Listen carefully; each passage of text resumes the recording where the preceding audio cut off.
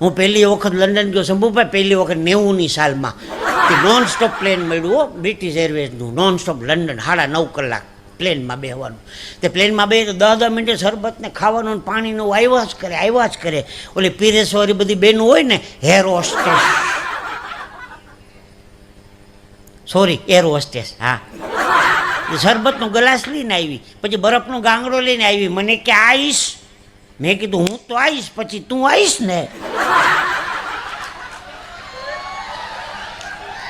અંગ્રેજી ભાષા આવડે ને, પહેલી વાર વિમાનમાં ચડ્યો. એ કે આવીશ? મેં કીધું તું ન ફરી જાતી, હું આવીશ. ન આવી, અમારા ભેગા નથી આવતા, કોકના આવે.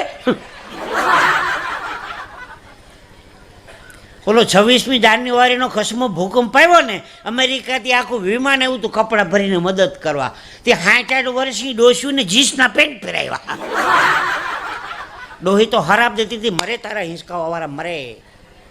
હિંતે વરના ભાભલાઓને બરમુડા સડા દીધા. ત્યાં તો એ જ પહેર્યું છે અમેરિકામાં.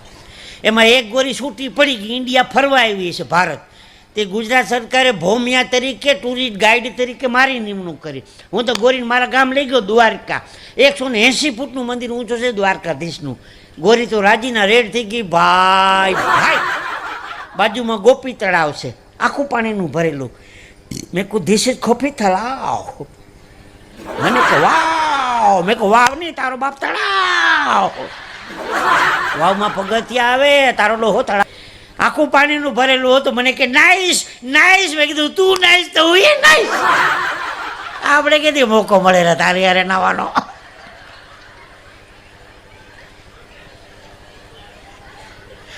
અંગ્રેજી ભાષા છે. કેવો સરસ મજાનો શબ્દ બા, આપણે બોલીએ તો મજા આવે, બા. એવો બીજો શબ્દ માં. મોઢે બોલું માં, તા તો હાથે નાનપણ સાંભળે, બા માં. હવે તો મમ્મી સુધી હજી વાંધો નથી, હવે તો મોમ. મેં છોકરાને કીધું બેન કોણ છે? મને મારા મોમ છે. મેં કીધું જય શ્રી કૃષ્ણ મોમ. બાજુમાં બીજા બેન નું પાતા. મેં કીધું આ મને કે મમ્મીથી નાની બેન છે, મિનિમમ. ઓલી મમ ને ઓલી મિનિમમ. તા તો રિક્ષામાં ત્રીજી ઉતરી ઢેફલા જેવી. મેં કીધું આ મને કે મમ્મીથી મોટી બેન છે, મેક્સિમમ. હું અંગ્રેજી ભાષાનો માવતર વિરોધી નથી, છોકરાઓને અંગ્રેજી ભાષા શીખવાડો, પણ ગુજરાતી. બહારગામ જવા માટે તમે સુટકેસ તૈયાર કરો ને, માવતર સુટકેસમાં પહેલું કપડું મૂકો ને, સુટકેસ ખોલો એટલે નીકળે છેલ્લું કપડું. મૂક્યું એ પહેલું, નીકળે છેલ્લું. બાળકો આવતીકાલનું ભવિષ્ય છે. કથા, કીર્તન, ભજન, સત્સંગ, દેવ, મંદિર, સારા પ્રોગ્રામમાં બાળકોને લઈ જાઓ. ભલે તોફાન કરે, હોઈ જાય, ધીંગા મસ્તી કરે, બધી છૂટ. દાન કરવાનો હોય, ડોનેશન દેવાનું. બાળકો નાથી દાન કરાવજો. ભાગવત કથા છે ને, પોથી ઉપર 100 રૂપિયા મૂકી દે. ગાયનો ફાળો છે, 500 રૂપિયા ગાયના ફાળામાં તારા નામ ઉપર લખાવી દે. કારણ કે બાળપણની અંદર કોકદી દેતા શીખવાડ્યું છે ને માવતર, તો યુવાનીમાં કોકદી એને કામ આવશે. બાળકો છે ને, આવતીકાલનું ભવિષ્ય છે. આ જાદવજીભાઈને, શંભુભાઈને ધન્યવાદ તો એ છે, તમે આવડું મોટું દાન શું કામ કરો છો? કુંડેલીમાં ભાગવત કથા તમારા બાપ દાદા તમને દેતા શીખવાડી ગયા છે બાપ, તો જ તમે આ કરી શકો છો. ધન્યવાદ છે. બાળકો આવતીકાલનું ભવિષ્ય છે, ઓછા હોય તો.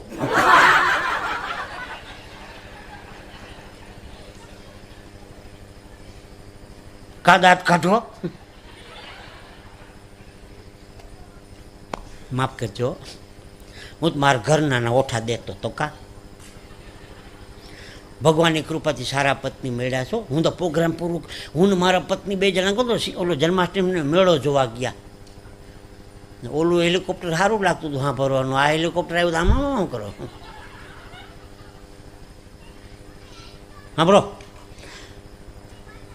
જન્માષ્ટમીનો મેળો જોવા ગયા 2 જણા. એમાં મદારીનો ખેલ હાલતો હતો. મદારીનો મારા પત્ની કે કોઈ દી મદારીનો ખેલ નથી જો, ઘણા ટાઈમથી. હાલો ને જઈ એક વાંદરી હતી ને, ચણિયા ચોળી પહેરાવ્યા હતા. જમકુ નામ હતું. જમકુ બેન પાણી ભરી આવો. ઠુમક ઠુમક ઠુમકથી પાણી ભરી આવે. જમકુ બેન શાકભાજી લઈ આવો, થેલીને સાંકળી આવે. રીંગમાંથી ગળકી જાઓ, રીંગમાંથી ગળકી જાય. બોલો 1 કલાક ખેલ આવેલો, મજા આવી ગઈ. ખેલ પૂરો તો પછી જોવારા બધા છૂટા પડી ગયા. નૂન મારા ઘરના 2 ઊભા હતા. એને કોંજાણે હું હુઈ ગયું. મદારી ભાઈ વાંદરી કેટલાની લીધી? મદારીએ જવાબ ન આપ્યો. બીજી વખત પૂછ્યું મારા પત્ની, કયો ને મદારી ભાઈ વાંદરી કેટલાની લીધી? જવાબ ન આપ્યો. હું મદારીને ખીજાણો, મારા પત્ની છે આટલું પ્રેમથી પૂછે છે વાંદરી કેટલા લીધી, જવાબ નથી આપતો એટલે. મને કે મેં તમને પૂછ્યું?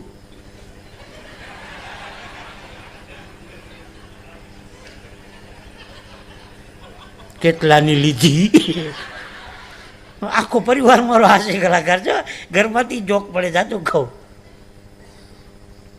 હા બસ, ભગવાનની કૃપાથી સારા પત્ની મળે. આ તો તમને હસાવવા માટે તેને મેં બે ચાર દાખલા દીધા, બાકી એવું નથી. સ્ટેજ ઉપર બેઠો છું, મારું ગામ કાઠિયાવાડમાં દ્વારકા. દ્વારકા ઘરની આજુબાજુ ગામ બહુ દૂર છે કુંઢેલી, બાકી દ્વારકાની આજુબાજુ હોય ને 4, 5, 6 વાગે જાઉં તો રસોઈમાં મારી વાટ જોઈને બેઠા હોય. હાલના તબક્કે મારા પત્ની મૂક્યા વગર કોઈ દી જઈમાં નથી.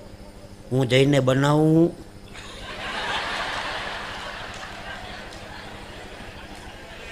આ બહુ તો મારો માન જાય શંભુભાઈ.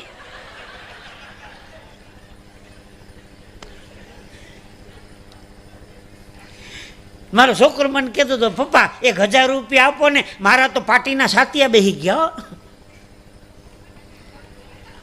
સાતીના પાટિયા. મને કે 1000 રૂપિયા આપો ને. મેં કીધું કા? મને કે સેટેનું દેખાતું નથી, ચહમાના નંબર કઢાવા છે. રાતના 9 વાગ્યા હતા. મેં કહું હાલ મારી ભેગો. અગાસીમાં લઈ ગયો. મેં કીધું આ શું છે? મને કે ચાંદો. આનાથી કેટલું છેટું જોવાનું હતો. છેટામાં છેટો ચાંદો છે, એ તો તને દેખાય ને. આમથી આમ તો આંટી જાય તમારા 1000 રૂપિયા કારણ વગરના. મારું આખું કુટુંબ હું તમને કહું. હા, મારે મુંબઈમાં વાલકેશ્વરમાં કાર્યક્રમ હતો. મુંબઈ વાલકેશ્વર 10 જ મિનિટમાં પૂરું કરવાનું છે. બેજો શાંતિથી.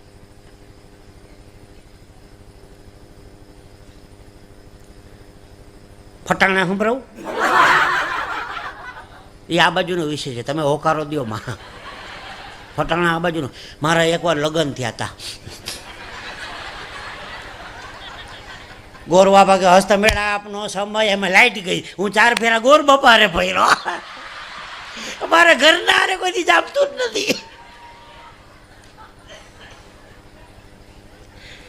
તે સામેના પખવારા ફટાણા ગાતા હતા. એક ચોટલો વાર્યો ને, બીજો ચોટલો વાર્યો ને, ત્રીજો ચોટલો વારવા દેજો, જમાઈ મારી બેની ને કાઈ ના કેશો. 10 ચોટલો વાર ને મારા બાપનું શું જાય.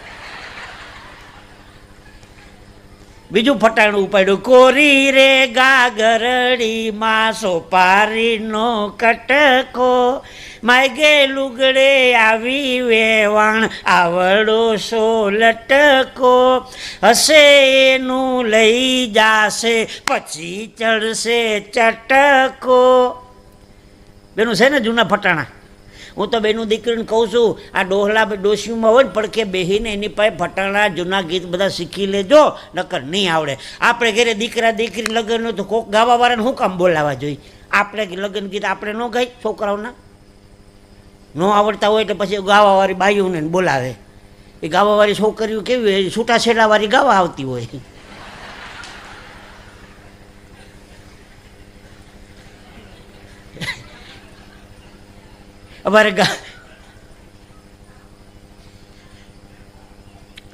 અમારે હાહુનું વહુ હતા ને, એને નોતરું હતું લગ્નનું.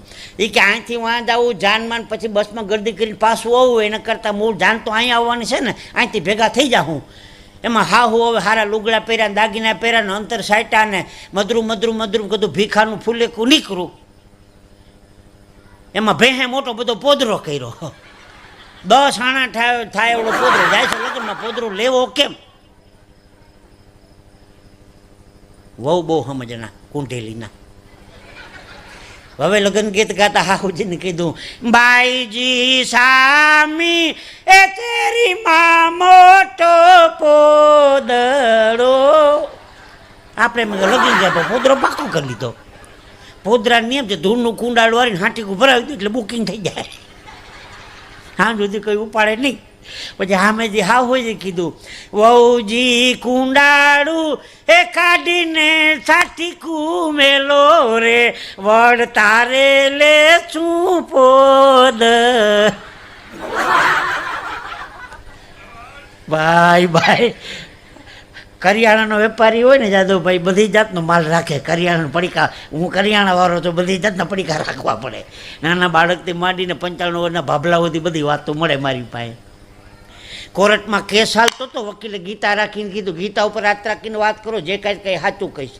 તો કે ગીતા ઉપર હાથ નહીં રાખું, ગીતા જ મારી ઉપર કેસ કર્યો છે. હું કોઈને સલાહ દેવા જેવું તો છે જ નહીં હો.